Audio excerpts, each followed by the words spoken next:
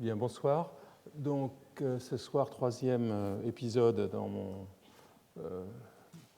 ma promenade instrumentée dans l'américanisme russe. Aujourd'hui, autour des constructivistes. J'ai parlé la semaine dernière de l'autre groupe fondateur, fondamental de l'avant-garde architecturale, ce que l'on appelle les rationalistes de l'Asnova, autour de Ladovsky, qui sont la force dominante au Frutemas, dans cette école d'architecture de Moscou, où vous vous en souvenez, des expérimentations se déroulent en matière de psychologie expérimentale. Je parlerai aussi du groupe le plus radical de l'avant-garde, celui qui s'intitule Constructiviste, regroupé autour de l'OSA, ou Union des architectes contemporains. Je précise à nouveau que ce terme est l'équivalent de terme de moderne, mais que les connotations du terme moderne en russe étaient inacceptables pour ces architectes radicaux, car elles renvoyaient en fait à l'Art nouveau. Donc, il s'appelait contemporain et il faut en fait lire moderne, mais j'ai parfois laissé ce terme. Ce groupe de l'OSA est le groupe le plus radical, celui qui a été souvent vu comme le plus avancé politiquement.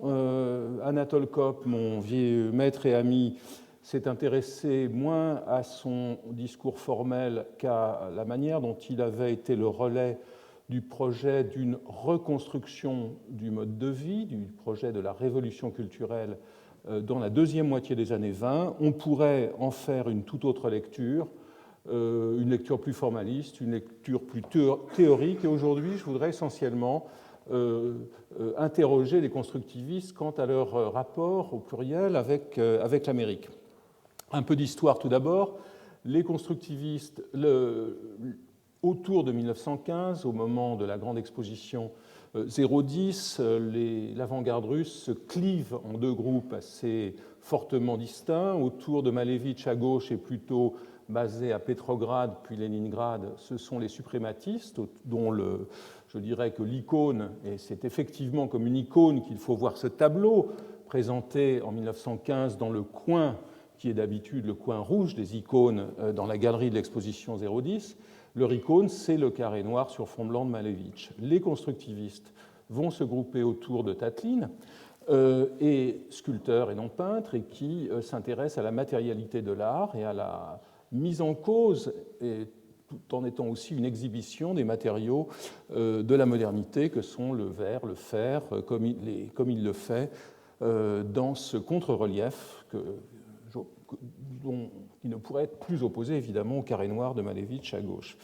C'est en 1921 que le constructivisme en quelque sorte se constitue, s'établit, bien qu'en 1920 déjà, les deux frères sculpteurs Naum Gabo et Antoine Pevsner aient utilisé le terme dans un manifeste constructiviste ou manifeste réaliste, mais en fait, les épisodes fondateurs sont au nombre de 3 et ils interviennent pratiquement à quelques semaines d'intervalle.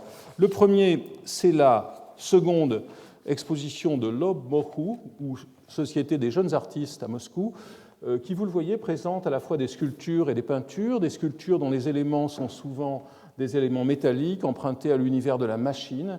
On a seulement 2 photographies assez pixelisées, dirait-on aujourd'hui, assez tramées de cette exposition. On a retrouvé certaines œuvres, on a beaucoup de mal à comprendre ce qui s'y est passé exactement.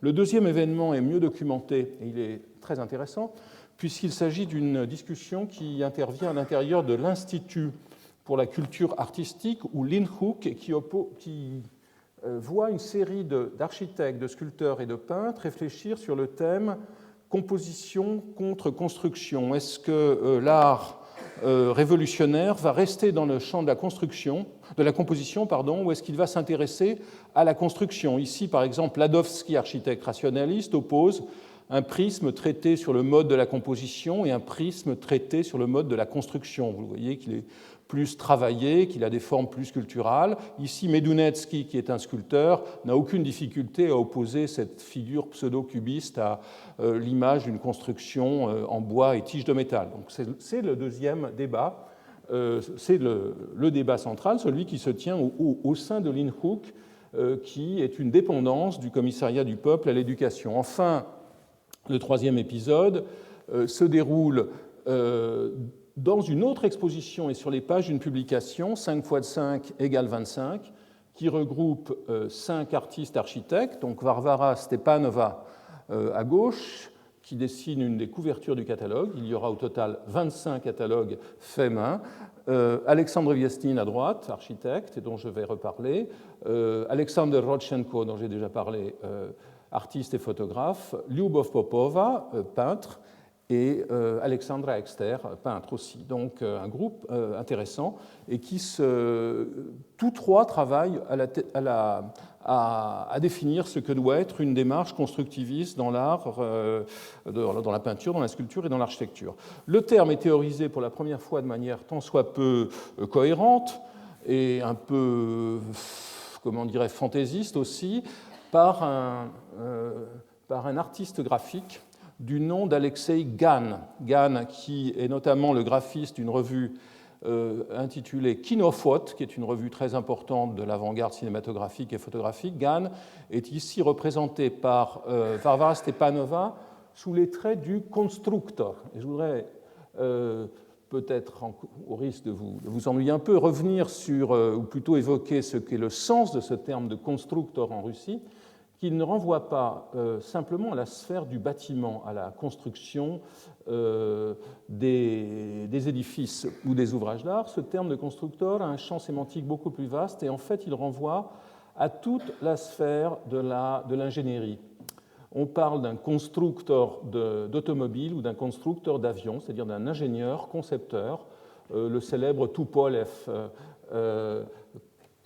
ingénieur et constructeur d'avions, sera en russe Glавный constructeur, constructeur en chef. Donc, présenter Gan, qui est un artiste graphique, comme constructeur veut dire toute l'ambition qu'on met dans ce terme. Dans son livre Le constructivisme, cette petite brochure publiée en 1922, Gan exprime plusieurs positions. Sa première position, la plus importante, c'est sa manière de définir la problématique constructiviste, et il la définit autour de 3 termes qui sont le terme de facture, c'est-à-dire une œuvre qui a une facture qui l'apparente à celle de la machine ou des constructions. Il a une tectonique, c'est-à-dire Gan utilise la tectonique non pas au sens de Gottfried Semper ou des théoriciens de l'architecture allemande du XIXe siècle. Pour lui, la tectonique est un terme qu'il emprunte au champ de la géologie. Et il parle très clairement de tectonique des plaques, une doctrine, celle de Wegener, qui a beaucoup de succès dans le monde entier à ce moment-là. La tectonique, qu'est-ce que c'est ?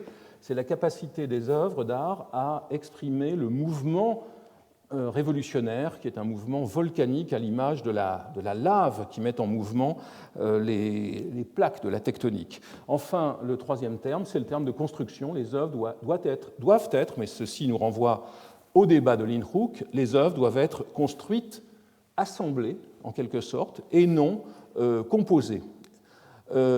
Gan s'exprime très modérément sur la question de l'Amérique et de l'américanisme, qui obsède beaucoup de ses camarades. Il le fait simplement pour exprimer son mépris quant aux maisons de rapport d'avant la Révolution, tant en Russie qu'en Amérique.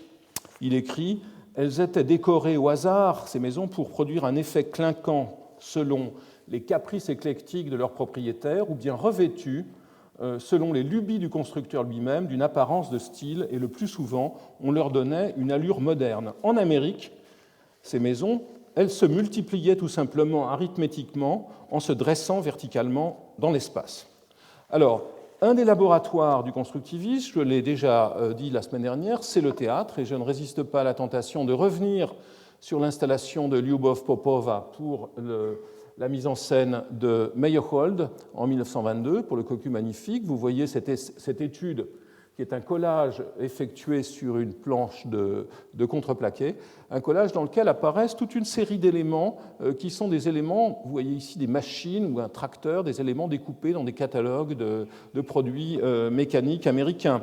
Viesnin, qui est d'ailleurs l'amant de Popova, et donc qui est très proche d'elle, je dirais, dans la problématique picturale, dans la réflexion, et tous les deux sont très proches de Tatlin, travaille quant à lui pour Taïrov, un autre des metteurs en scène de l'avant-garde russe, à une mise en scène pour une pièce qui s'intitule L'homme qui était jeudi, qui opère également, vous le voyez, comme une grande machine scénique, comme Popov a parlé, je l'ai dit la semaine dernière, de Stanok, d'établi pour rendre compte de ces machines. C'est un peu la même chose que l'on voit chez Viesnin.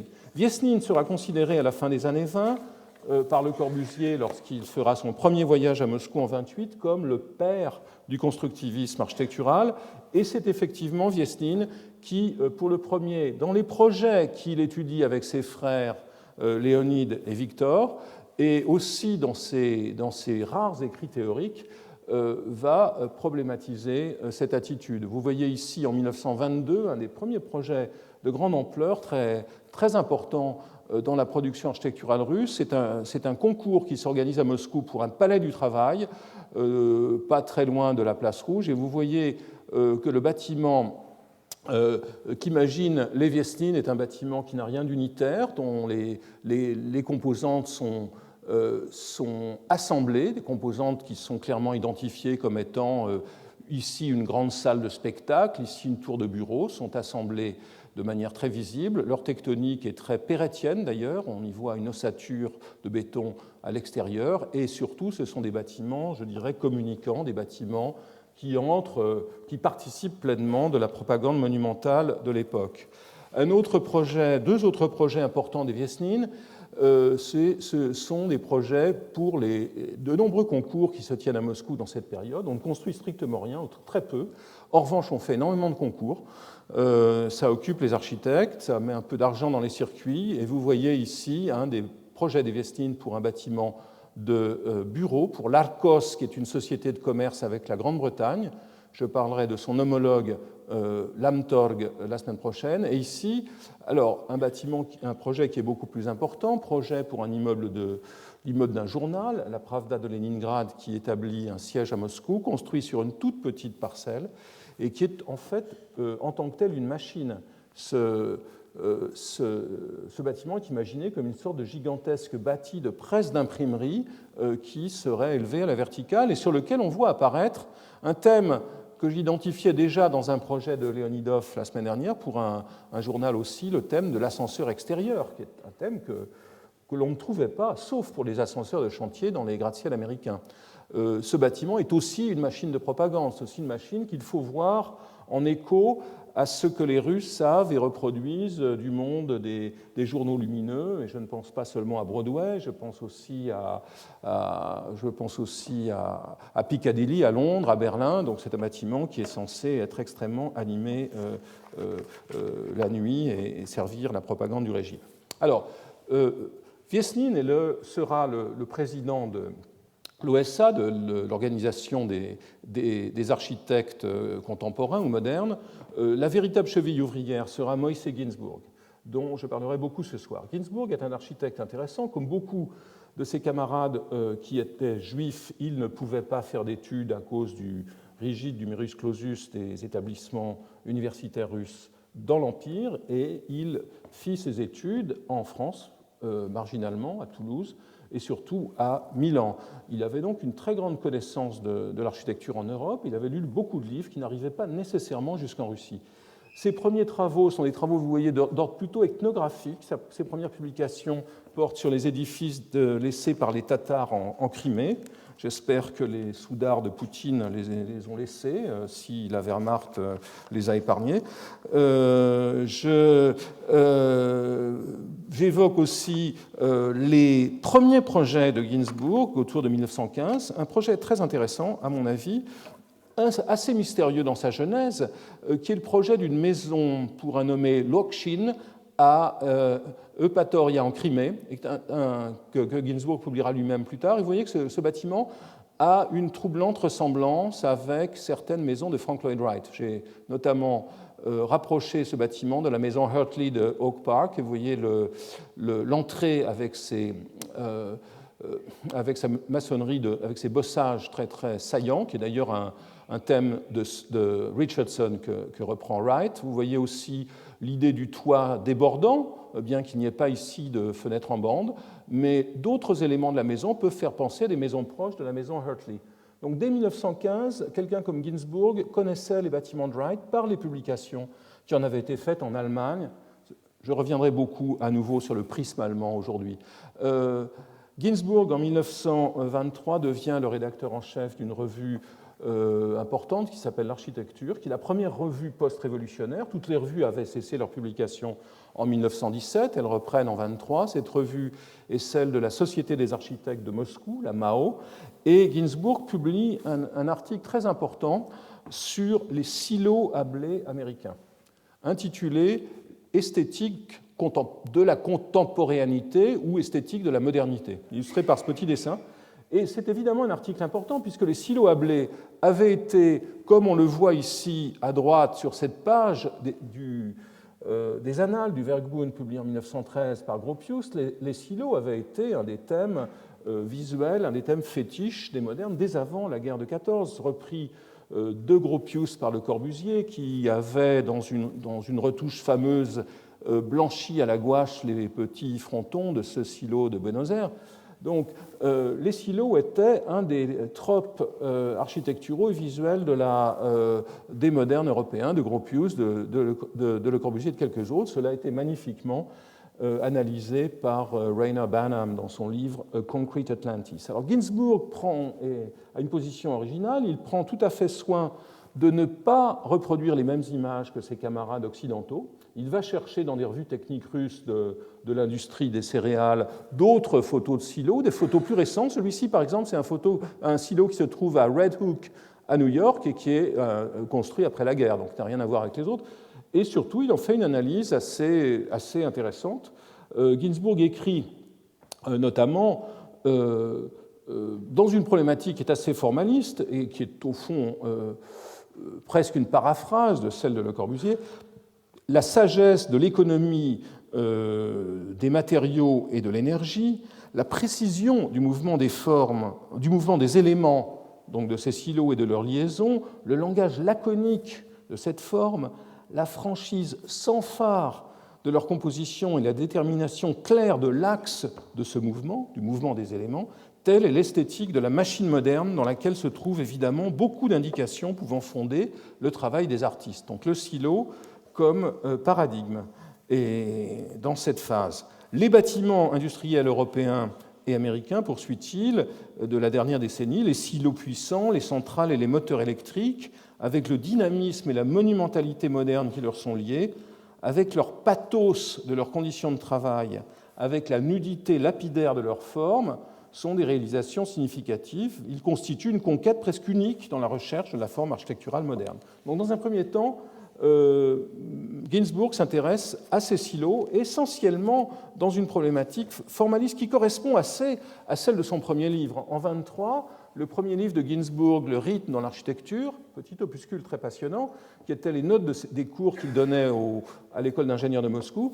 Le rythme dans l'architecture, c'était un livre wolflinien, je dirais, complètement fondé sur une problématique esthétique de l'architecture. Il faut savoir que tous les théoriciens de l'art allemands étaient traduits en russe, ce qui était loin d'être le cas en français. Par exemple, Renaissance et baroque de Wölfflin, que Ginsburg cite longuement, ne sera traduit en français qu'en 1967, si je me trompe, peut-être même 68. 1924, Ginsburg produit son ouvrage le plus ambitieux, Le style et l'époque, problème de l'architecture contemporaine. C'est un livre dans lequel des rapprochements intéressants sont suggérés. Le rapprochement que vous voyez ici entre la tour de Tatlin et les silos de Buffalo. Ginsburg ne fait pas comme Le Corbusier qui dénonce les turpitudes des architectes américains avec des images, mais il le fait par le texte. Il écrit, je cite, « Cette nouvelle puissance nationale, donc les États-Unis, qui n'a pas eu le temps de constituer sa tradition et son expérience artistique propre, se tourne tout naturellement vers l'Europe. Fidèle aux idéaux empâtés de son système classique, l'Europe commence à exporter ses produits à travers l'océan. Pourtant, l'Amérique du Nord, cette grande puissance vitale, ne peut, malgré ses propres souhaits, suivre un cours qui a été celui de l'Europe, tant elle est efficace en affaires, dynamique, sobre, mécanisée et exempte de romantisme, et tout ceci intimide et tient à distance une Europe placide. Néanmoins, dans son désir d'être aussi bonne que l'Europe, l'Amérique continue à importer l'esthétique et le romantisme européen, comme s'il s'agissait d'articles qui avaient subi l'épreuve du temps et avaient été en quelque sorte brevetés. C'est donc un aspect singulier de l'Amérique qui émerge ici, dans son architecture, et pas dans ses silos, une horrible mixture mécanique d'éléments nouveaux, organiques, purement américains, avec les enveloppes superficielles d'un système classique dépassé, made in Europe. Alors, voilà les pages du style de l'époque, qui est traduit en français depuis quelques années.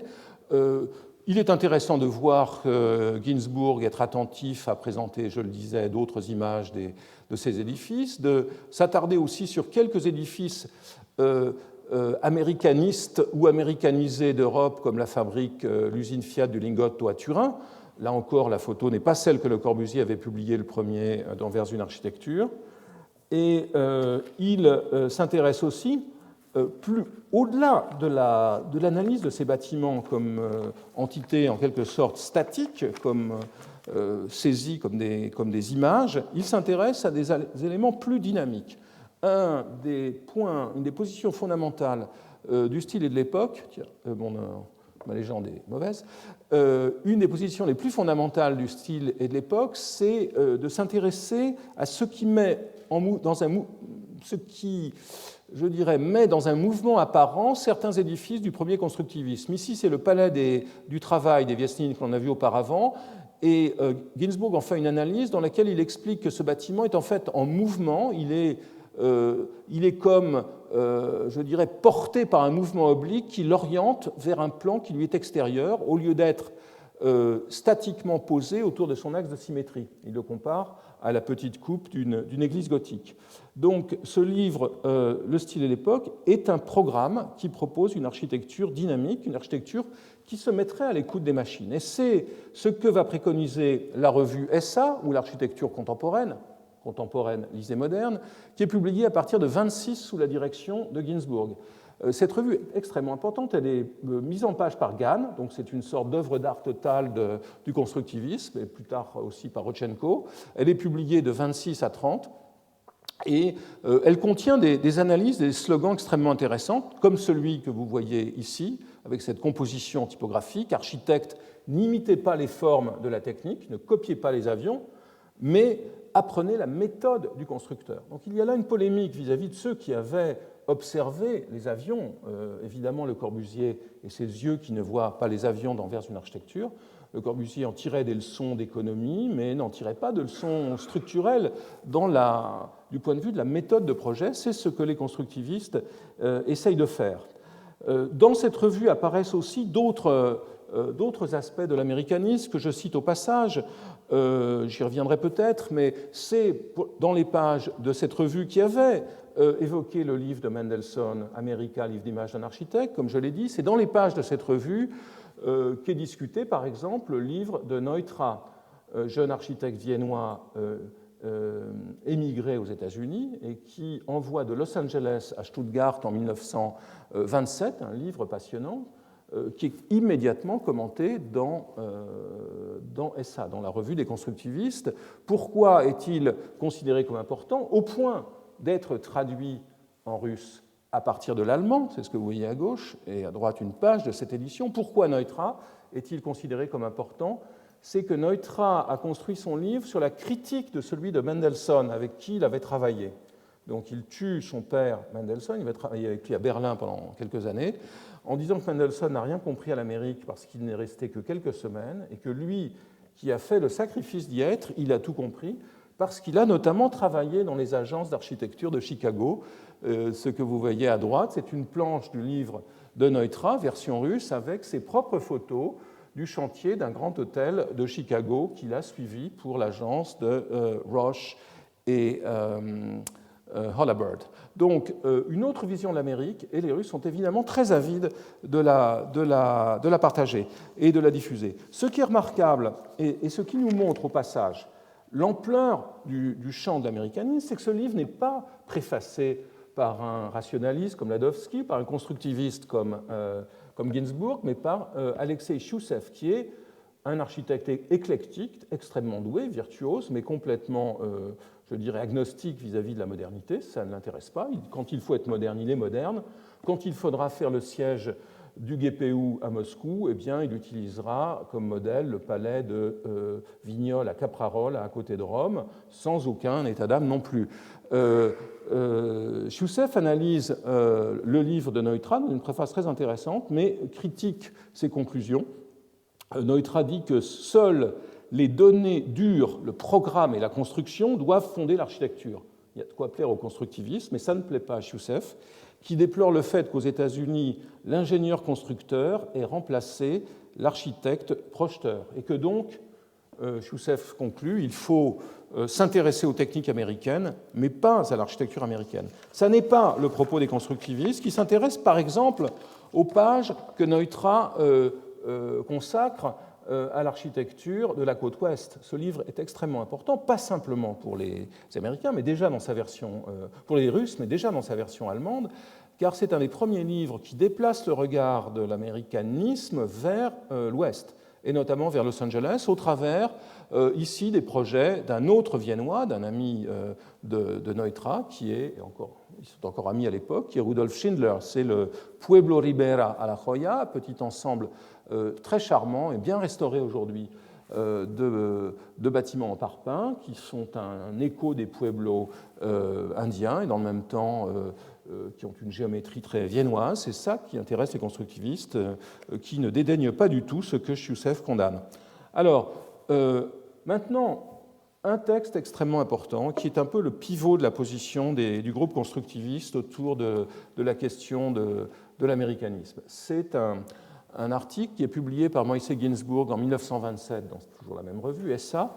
Ma traduction est sans doute contestable, le terme est difficile à traduire, Tselevaya Ustanovka, le dispositif, l'arrangement, la disposition des usages, on pourrait dire aussi fonction si le terme n'était pas si connoté, le dispositif des usages dans l'architecture contemporaine, l'ire moderne. De quoi s'agit-il ? Ginsburg, qui avait auparavant célébré la machine et qui s'était fait condamné par les autres architectes de l'avant-garde, les rationalistes dont j'ai parlé la semaine dernière. Les rationalistes avaient condamné ce qu'ils appelaient, et c'était effectivement, ce sont des termes qui pesaient lourd dans le discours politique russe de l'époque, Lasnova condamnait la phrase de gauche dans l'architecture. La phrase de gauche, c'était Ginsburg qui, dans un article précédent, avait dit que la véritable patrie du constructivisme, au fond, c'était l'Amérique. Très, très convergent avec ce que j'avais cité de Trotsky, de Boukharine et de quelques autres la semaine dernière. Donc les gens de Lasnova avaient condamné tout ça.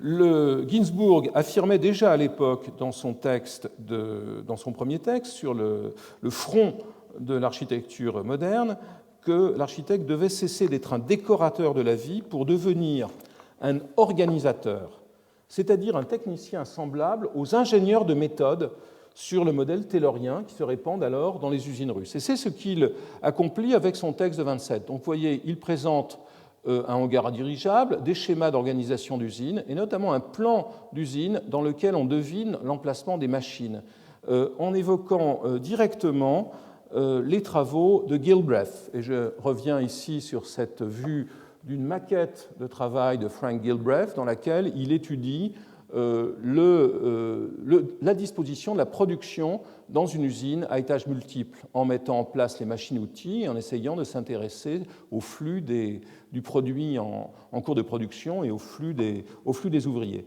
C'est là-dessus que porte, pour l'essentiel, le texte de Ginsburg, qui met au centre de sa conception d'une méthode fonctionnelle de conception deux notions qu'il définit comme étant complémentaires dans son texte de 17. Ces notions, c'est ce qu'il appelle le graphic движения, le graphique de mouvement, le diagramme de mouvement, c'est ce que vous voyez en haut, c'est-à-dire la manière dont la production s'organise, le fil selon lequel se déplace l'objet de la production. Et le deuxième outil, c'est ce qu'il appelle le schéma оборудования ou le schéma d'équipement, c'est-à-dire la manière dont sont déployées dans l'espace les machines que ce produit doit rencontrer au cours de sa vie, en passant de l'état de composant d'acier ou de je ne sais quoi à l'état de produit fini. Donc, l'architecture devra ajuster le graphique de mouvement et le schéma d'équipement. Ginzburg s'appuie pour proposer ces notions sur le discours de Ford, Henry Ford, qu'il cite directement, dont le livre Ma vie et mon œuvre a été traduit en russe en 1924 et a eu des tirages phénoménaux. Très clairement, il est fordien ici. Et il considère dans son travail, dans son propos, que l'usine, et je reviens ici sur ses premiers plans d'usine, que c'est l'étude de l'usine qui va conduire à repenser toute l'architecture.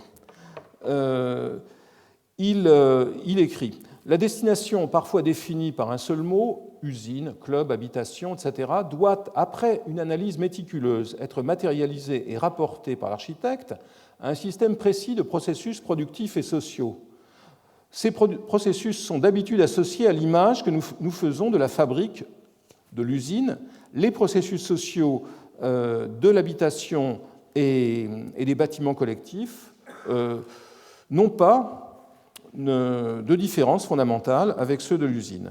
Le processus de production dans n'importe quelle entreprise industrielle aboutit à la production d'un produit donné. Il est dynamique, conséquent, et son mouvement suit une direction précise du début à la fin des opérations. Il est unitaire et si possible ininterrompu, mais n'en est pas moins découpé clairement en séquences distinctes. La dynamique du processus de production peut être facilement représentée par un graphique de mouvement. Le graphique de mouvement, c'est le chemin que parcourt la chaîne de montage décrivant tout le processus du début à la fin, de machine en machine.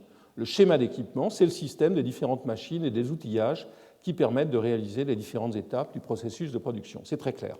Alors, pour démontrer tout cela, Ginzburg s'appuie sur des dessins d'usine, mais il s'appuie aussi sur d'autres choses, et notamment sur une première application des théories de l'organisation scientifique du travail, de scientific management, à la maison et notamment à la cuisine. C'est ce que fait Christine Frederick, une propagandiste pour l'organisation ménagère célébrissime aux États-Unis, dans son livre The New Housekeeping en 1913, un livre qui est traduit en allemand et qui est à la base des analyses de Bruno Taut, des grandes figures de l'architecture berlinoise de ce moment-là. Taut, dans son livre La nouvelle habitation, s'intéresse au parcours, à la rationalisation des parcours d'après Christine Frederick. Et comme vous l'avez peut-être remarqué, c'est Taut qu'illustre ici Ginzburg. Donc vous voyez ce cheminement à nouveau par l'Allemagne, des États-Unis à Moscou en passant par l'Allemagne, et dans ce cas en passant plutôt par la cuisine.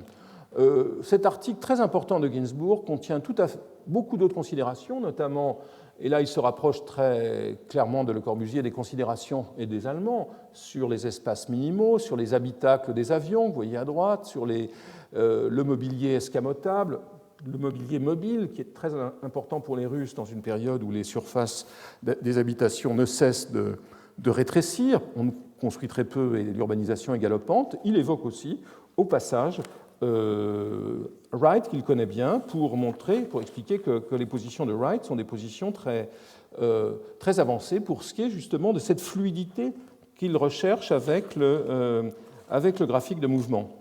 Alors, ces idées se précisent dans le champ de l'habitation en 1928-29 sur le terrain, lorsque Ginzburg construit cette maison commune pour le Narkomfin, qui est le commissariat du peuple aux finances, donc maison commune dans laquelle des cuisines rationalisées, ici très petites ou plus grandes, sont installées, bâtiment dans lequel les parcours sont étudiés très, très sérieusement, le tout dans un langage d'ensemble très corbuséen, et avec des techniques allemandes. On sait aujourd'hui, c'était absolument inconnu, oublié jusqu'à présent, combien des Allemands présents à Moscou dans cette période ont travaillé sur ce bâtiment, apportant à la fois les techniques et des pratiques comme celle de la polychromie.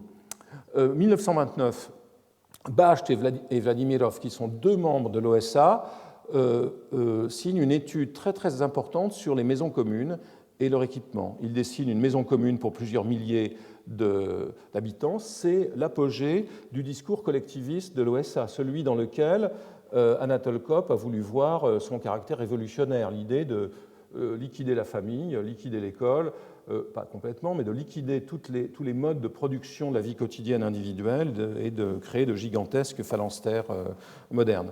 Et à l'intérieur de ces gigantesques phalanstères, eh bien, les leçons de Ginzburg ne sont pas oubliées. Vous voyez ici l'analyse, bon, c'est un peu petit, de la cellule F1, d'une cellule à étages multiples, qui est celle qu'on voyait d'ailleurs au Narcomfin dans une maquette que Kopp avait fait dans les années 60.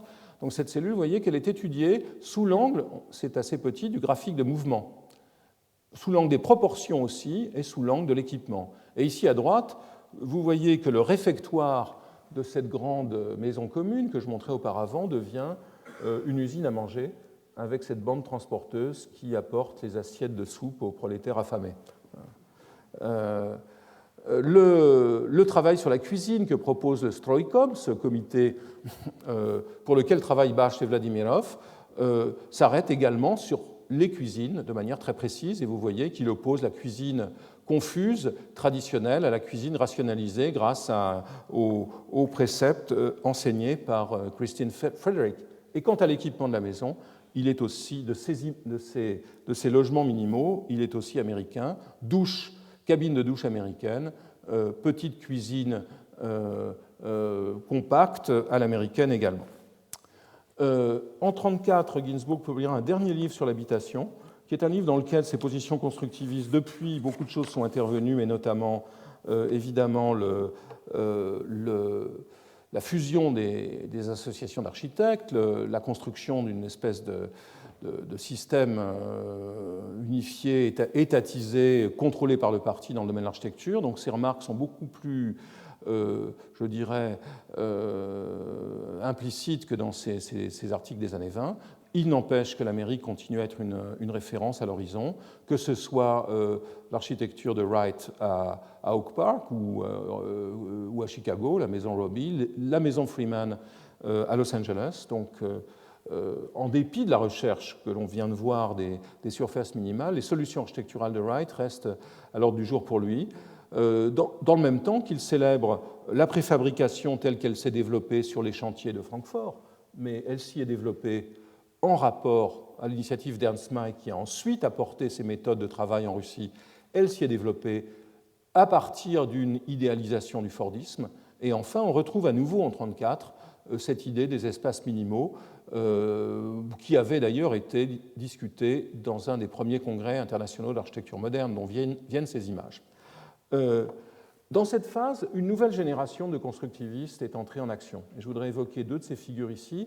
La première, c'est celle d'Andrei Bourov, qui est un élève de Viesnin. Avec Viesnin, Bourov avait étudié au Frutemas une grande gare. Sans doute peut-on y voir quelques échos de Grand Central Station à New York ou de la gare de Cincinnati, qui est la plus grande gare américaine construite dans les années 20. Vous voyez ici ce gratte-ciel de bureaux avec ses ascenseurs extérieurs, comme dans le projet des Viesnin que l'on a vu avant.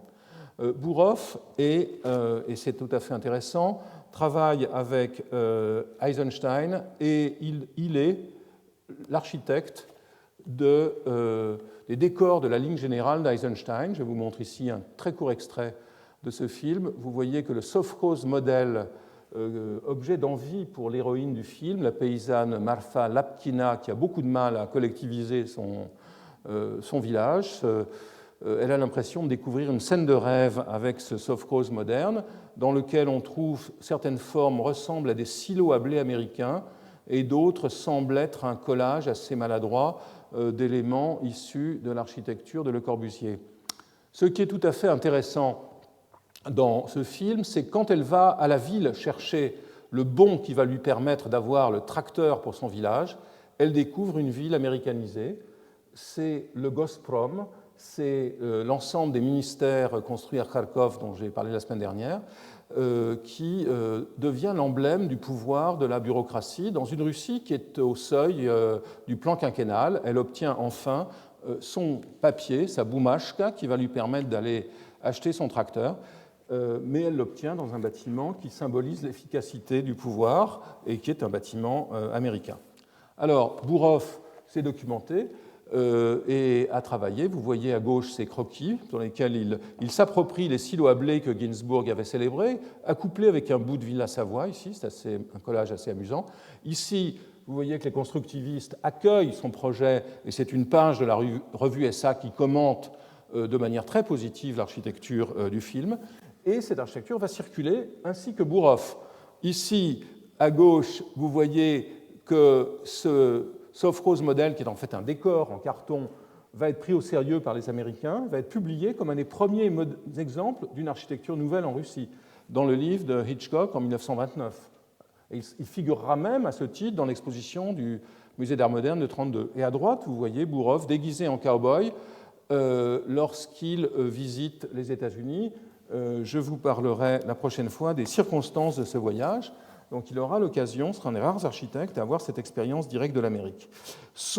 Le metteur en scène du film, Eisenstein, va aussi aux États-Unis. Je voudrais parler brièvement de l'engagement d'Eisenstein avec les États-Unis. On sait combien le cinéma américain, notamment le cinéma de Griffith, avait été très important pour lui. En 1930, il arrive aux États-Unis. Il va rester aux États-Unis, entre les États-Unis et le Mexique, pendant pratiquement 3 ans, en ne parvenant pas à faire les projets que la Paramount était censée lui faire faire au début des années 30. Donc ce sera un échec pour ses premiers projets, et en ne parvenant pas non plus à obtenir un montage final de son film Que Viva Mexico, qu'il va tourner au sud de la frontière. Eisenstein est un peu une personnalité autour duquel se jouent des choses très amusantes dans la presse. Ici, une photo qui le voit rencontrer le célèbre chien Rin Tin Tin, et commentée par lui à un moment où le FBI est à ses trousses comme étant à gauche le chien rouge, Eisenstein, et à droite la star de cinéma Rin Tin Tin. Mais ce qui est plus intéressant, plus sérieux et plus mystérieux, c'est un projet qu'Eisenstein poursuit à New York, un projet qu'il a commencé à développer en 1926 à Berlin. Ce projet, c'est celui d'un film qui se serait intitulé Glass House. Non pas Glass House comme en allemand, mais Glass House, un projet qui est d'emblée situé dans une relation avec l'Amérique, un projet qui a été admirablement analysé par Naum Kleiman et François Albera. Donc je ne prétends pas apporter quoi que ce soit de nouveau aujourd'hui, je le ferai sans doute par écrit. C'est à Berlin, en effet, que Eisenstein a l'idée d'un film satirique, écrit-il, sur l'Amérique à partir des possibilités visuelles et de jeu qu'offrirait un gratte-ciel en verre. Quelle est l'idée ? L'idée qu'il va poursuivre en arrivant à New York en 1930, au point qu'il ira jusqu'à Pittsburgh pour discuter avec les ingénieurs des usines de verre. Son idée, c'est d'imaginer un gratte-ciel en verre. Et vous voyez que ce gratte-ciel aurait des balcons suspendus au-dessus de la rue, dans ce dessin, vous voyez, qui est commenté en anglais. C'est un balcon suspendu au-dessus de la rue. Vous voyez les voitures ici, le balcon vu d'en dessous, cette idée de pouvoir voir le bâtiment par en dessous, avec ces sortes de compositions suprématistes que l'on trouve aussi dans ce croquis. Il s'agit de quoi ? D'un film qui permettrait une vue sur l'Amérique à travers les murs, une mise en forme à travers la parodie du matériau de la véritable Amérique, c'est-à-dire l'Amérique des clichés hollywoodiens, la réalité présentée comme élément parodique, comme si les clichés hollywoodiens étaient l'élément factuel. Donc c'est un projet très subversif dans lequel Eisenstein essaye de critiquer, de parodier les rôles et les intrigues du cinéma américain. Il le fait, et c'est tout à fait intéressant, en travaillant beaucoup sur le matériau, sur le verre, en essayant d'utiliser le froid des objets, écrit-il, le froid du verre par excellence, le cauchemar du verre lisse auquel il oppose d'autres formes de verre, à l'opposé du froid des murs de verre lisse, écrit-il, donner des scènes lyriques avec un verre mat et gaufré. Il s'intéresse aussi au contraste entre l'Amérique et la Russie, se proposant d'opposer à la maison de verre qui se brise à la fin du film, qui s'écroule, un village commune idéal, sans doute le village du film que l'on a vu. Et il a de très bonnes idées architecturales. Par exemple, il imagine l'escalier ou l'ascenseur, je cite, comme une arête de poisson ou une clé dans une poche lors d'une radio. La maison transparente est traversée par l'ascenseur noir, métallique, avec des feux sombres comme des yeux omnivoyants. Traduction de Valérie Posner. omnivoyant. Donc l'idée que cette maison de verre va être un dispositif qui va permettre d'observer de façon critique, satirique l'Amérique, qui va aussi symboliser le combat entre les affaires, les passions, le cynisme, les illusions, un très beau projet qui ne sera pas réalisé, mais sur lequel il continuera à travailler. D'où viennent les sources, d'où vient l'idée de la Glass House? Non pas tant de la chaîne de verre, de la Gläserne-Kette de Taut et autres, mais sans doute beaucoup plus du gratte-ciel en verre dessiné par Mies van der Rohe à Berlin en 1922 et qui est publié d'ailleurs dans les pages de SA et dans toutes les revues soviétiques. Et ce qui relance aussi le projet à New York, c'est très important, c'est la rencontre par Eisenstein de ce projet de Frank Lloyd Wright, un projet qui ne sera pas réalisé par Wright, qui est un projet de tour en verre pour St. Mark's in the Bowery, dans le Lower East Side de New York, un projet qui est abandonné en 1930, mais qui est très largement diffusé. Eisenstein colle dans son journal de travail une coupure du New York Times, qui est celle-ci, sur cette tour de verre qui ne verra pas le jour à New York avant les années 50, il faut le rappeler. Alors, un autre jeune constructiviste dont je parle très rapidement, je reviendrai sur lui aussi, c'est Leonidov, élève aussi de Viesnin, qui réfléchit, lui, très littéralement, à la Glass House, c'est pour ça que je les rapproche. Dans son diplôme, tout d'abord, qui est ce projet d'Institut Lénine en 1927, c'est une bibliothèque.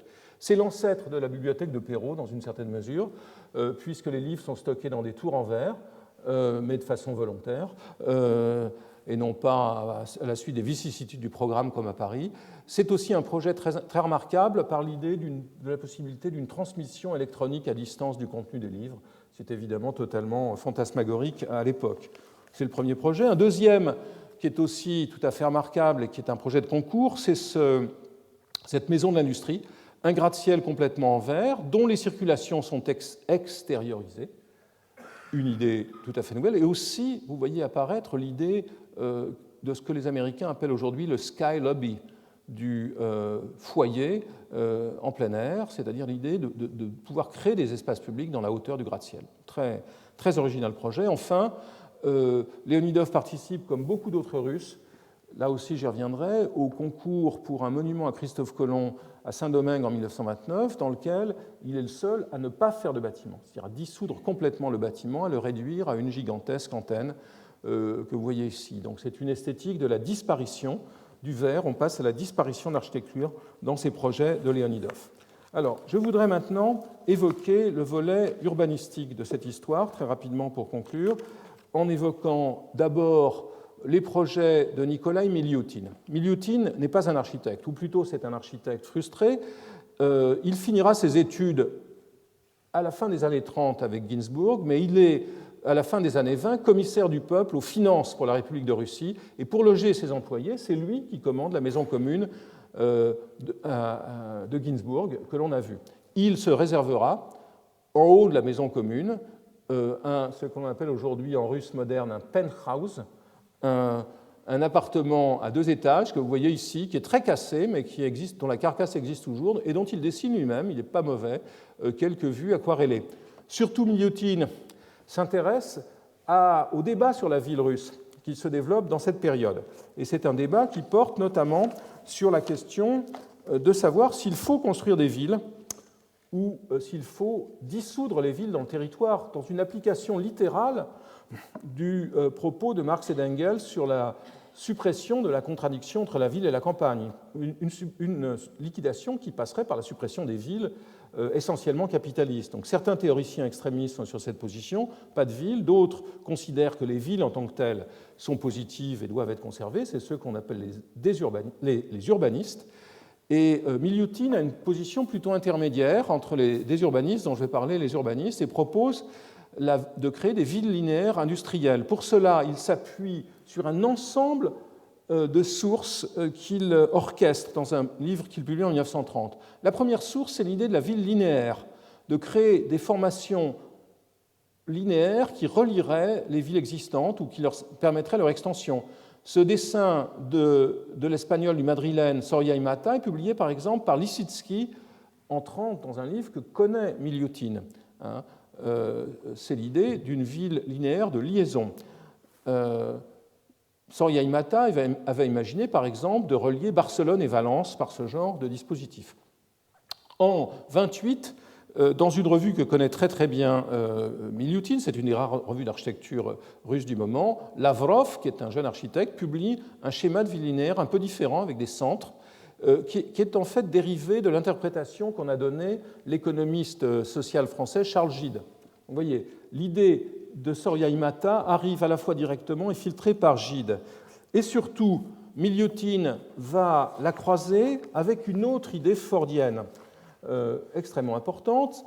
Ford avait, au début des années 20, élaboré un projet, avait fait une proposition au Sénat des États-Unis pour reprendre en main la gestion du Wilson Dam, de ce grand barrage qui avait été construit sur le Tennessee. Vous voyez ici sur le Mississippi, pardon.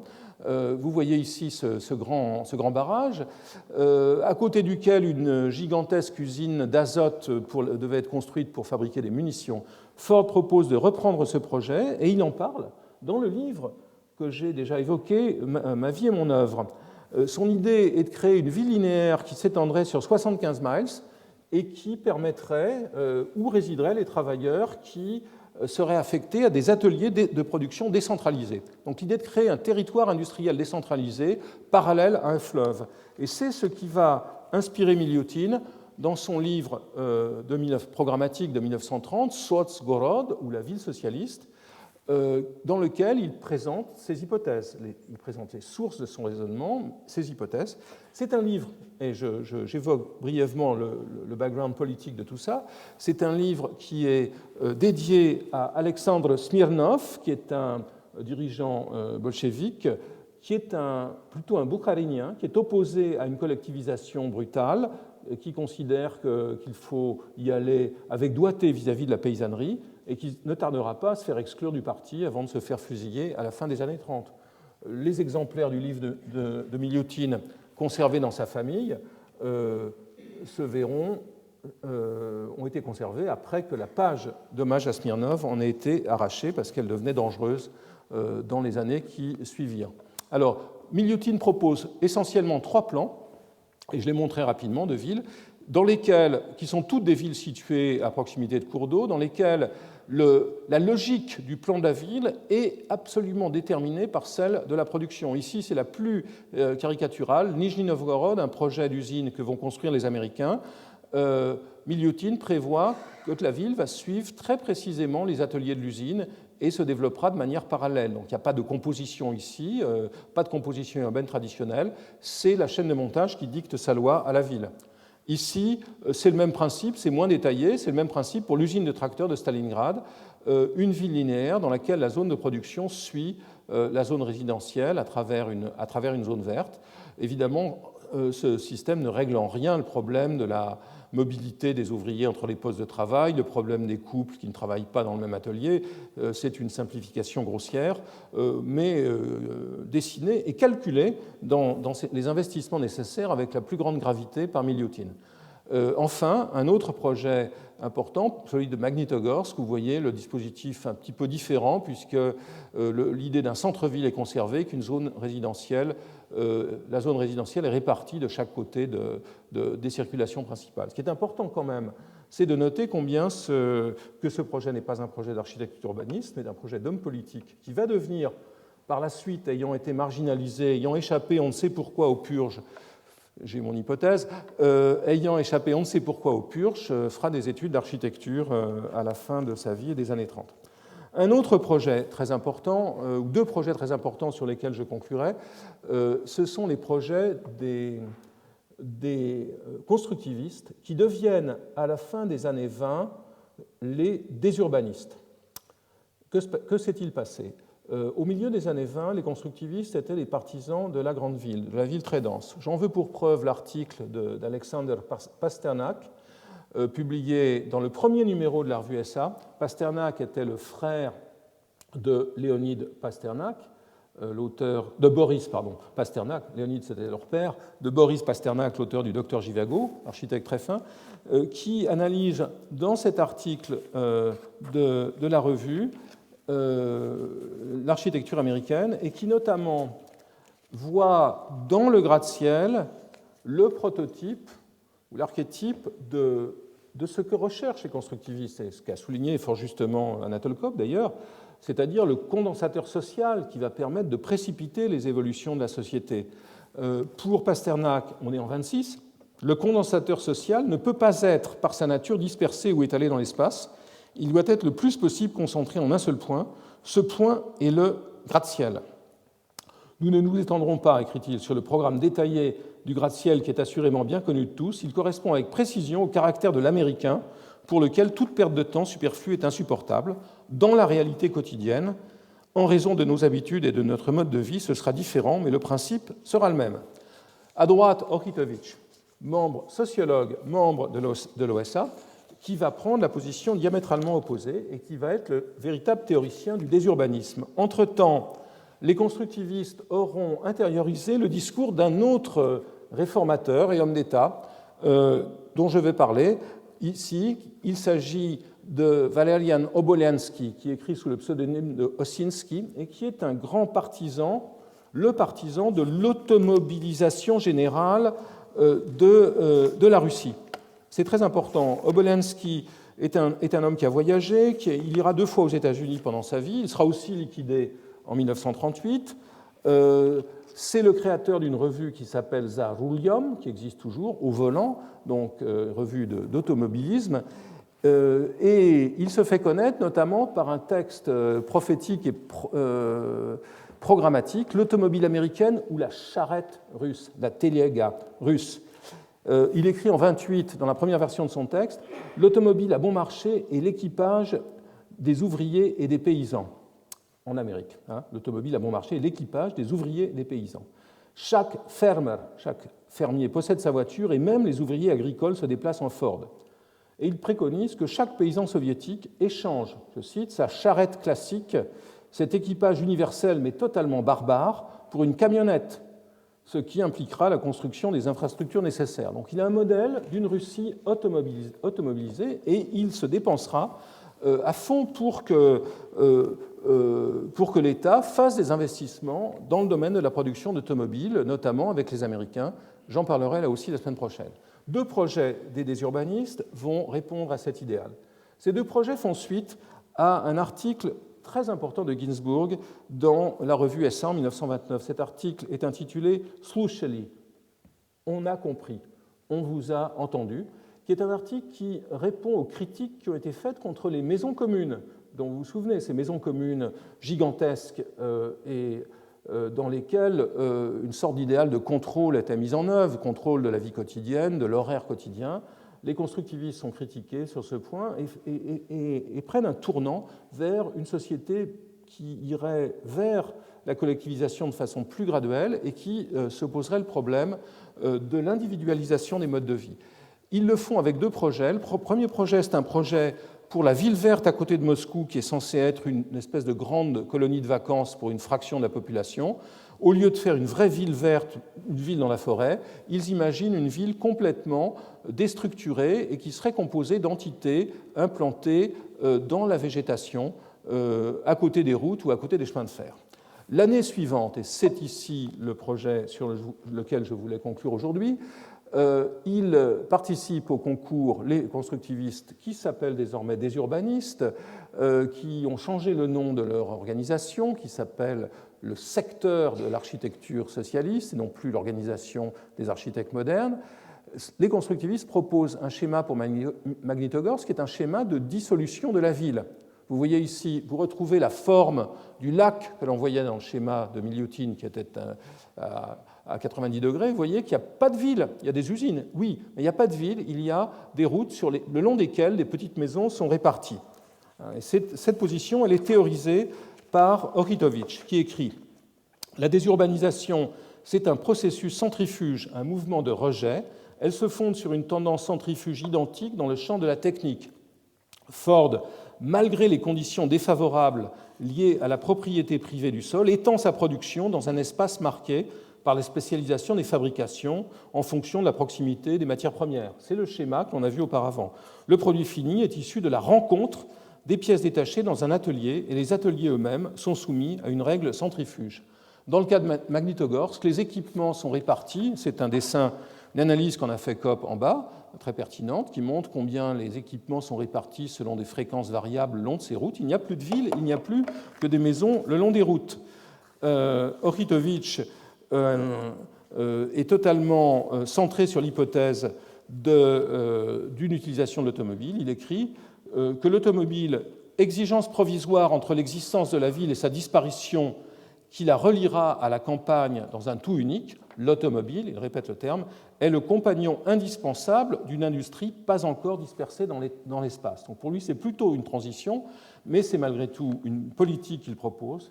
Je signale que la Russie soviétique produit en 1929 1766 automobiles et qu'elle en produira 4226 en 1930.